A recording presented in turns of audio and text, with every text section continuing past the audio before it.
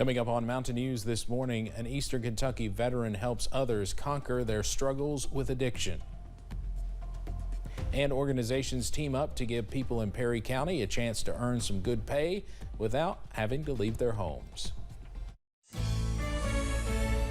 Dedicated to Eastern and Southern Kentucky, this is WYMT Mountain News this morning.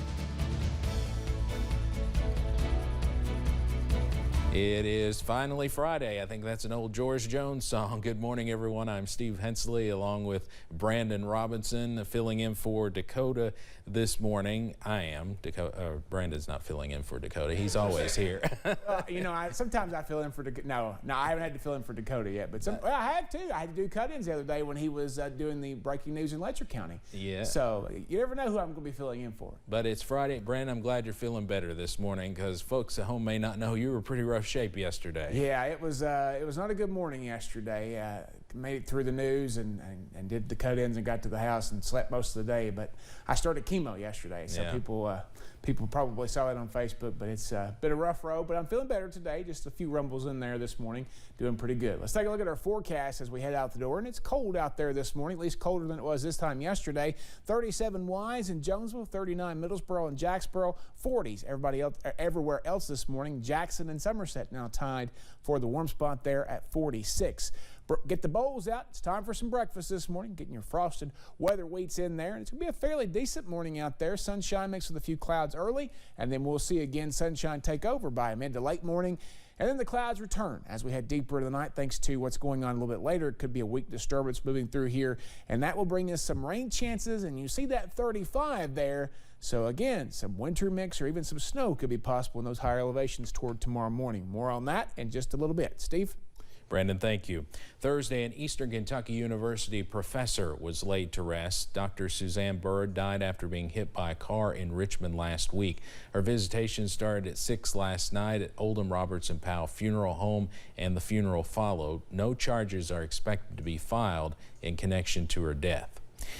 We are also learning about a theft involving the EKU aviation program. It happened Tuesday at the Central Kentucky Regional Airport in Madison County.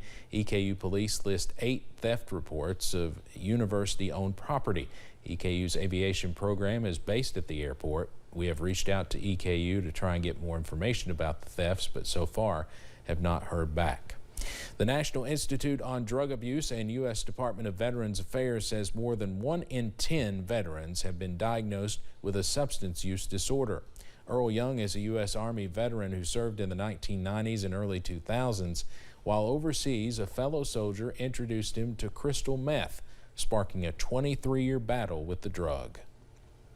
At first, it was manageable. I didn't realize I was even addicted. I just liked it. It kept me going. It kept me. I didn't feel that I was an addict.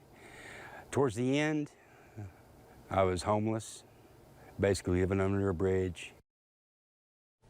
Young continues to win his everyday fight against addiction and has started to help fellow veterans conquer their struggles. A camera, a diary, and war memories is all a 19-year-old man kept after returning from World War I. Those memories all survived, though, in the hands of his granddaughter. David Mattingly shares this amazing story. In 1917, Charles Leonard was just 19 when, at great personal risk and expense, he put his Ivy League education on hold. The young man instead went to Europe to become an ambulance driver, volunteering to save lives on the Western Front of World War I. He bought a camera, kept a diary, and survived many a close call. Shells were flying very nearby. Then we dashed into the town, which was filled with gas. 100 years later, Leonard's diary, his photos, and his story survive in the hands of his granddaughter, Judy Bruckner. It was only later that I actually found these photographs, and the reason was because Grandma wouldn't let him pull them out. Like many who endure the hardships of war, Charles Leonard came home and largely kept his stories to himself. No one knows what a burden the silence might have been for him, but he dived back into his studies, became an accountant, a lawyer, and he settled in Louisville, where he raised a family and became a businessman, one of the founders of a new company called Wave Television. And it's with no small amount of irony that while building a business dedicated to telling the story of its community, Charles Leonard's own story, for all practical purposes, remained a secret. He began speaking publicly about some of his experiences later in life. But when Leonard died in 1982, he left one important question unanswered. What was it about this war that made him give up his education and go overseas like that and risk his life? I really think he wanted to help people. He saw the devastation that was going on. Bruckner says her grandfather's eyesight was so poor he wouldn't have been allowed to become a soldier. But he was able to see the war clearly through his camera and apparently wanted others to see it as well. After a century, old letters to his mother bring his experience back to life. I went up to the entrance to pull down the blanket over the door to prevent more gas from coming in when a shell exploded near the entrance. Blowing me back like a piece of paper. He was that close to the explosion. During the war, Leonard sold a few of his pictures to papers back home. Hundreds more, however, languished in an album, deteriorating until his granddaughter found them, restored them, and published a book. Her family donated his uniform to the Filson Historical Society, where it is now carefully preserved as an artifact of a war gone by. It is a silent tribute to the young man who once wore it, who seldom spoke of war, but left behind a clear message. It's unkind, but be kind to people. Try to find a way to help. And this is exactly what he wanted to do. Well, Somerset marked Veterans Day yesterday with a huge presentation. 2 veterans presented the country's flag by parachute. It also marked the 20th anniversary of the Horse Soldiers military mission in Afghanistan, and soon Horse Soldiers Bourbon will call Somerset home. Business owners across the Commonwealth found unique ways to mark Veterans Day yesterday. Brianna Griffith is the owner of B&G Photography in Hazard, and to honor our vets, she offered free portraits to any veteran and their family members. Griffith said the special sale is meant to show her appreciation for our men and women who have served.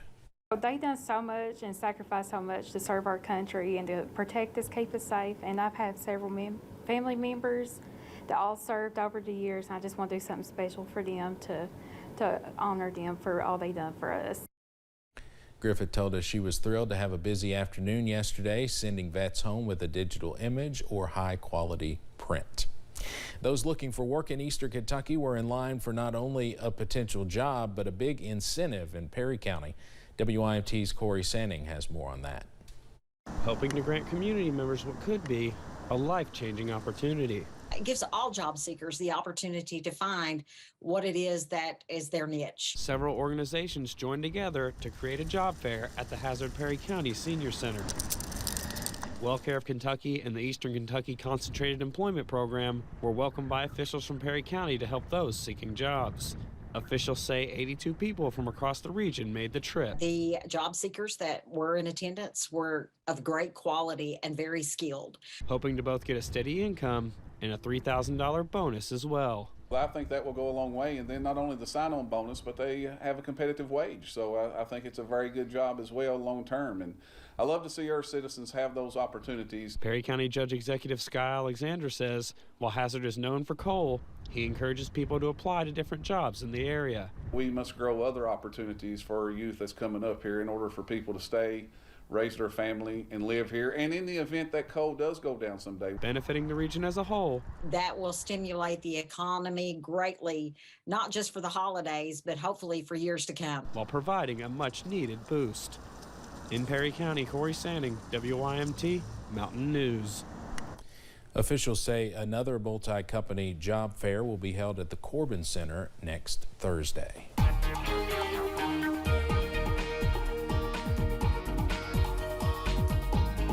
6:40 on this Friday morning, and thank goodness it is Friday. Some fog out there, thick and dense this morning. Logan, Harlan, Middlesboro, and Jacksboro on the sensor network under the 5-mile threshold there. Also, Lexington just noticed they're down to 2.5 miles. So again, be careful out there this morning. Watch out for some of that dense fog and use those low beams when you can. 39 Jacksboro, 38 Middlesboro, 36 Jonesville, 39 Wise. Everybody else is in the 40s this morning, with 46 in Jackson and Somerset being the tie for the warmest spots this morning.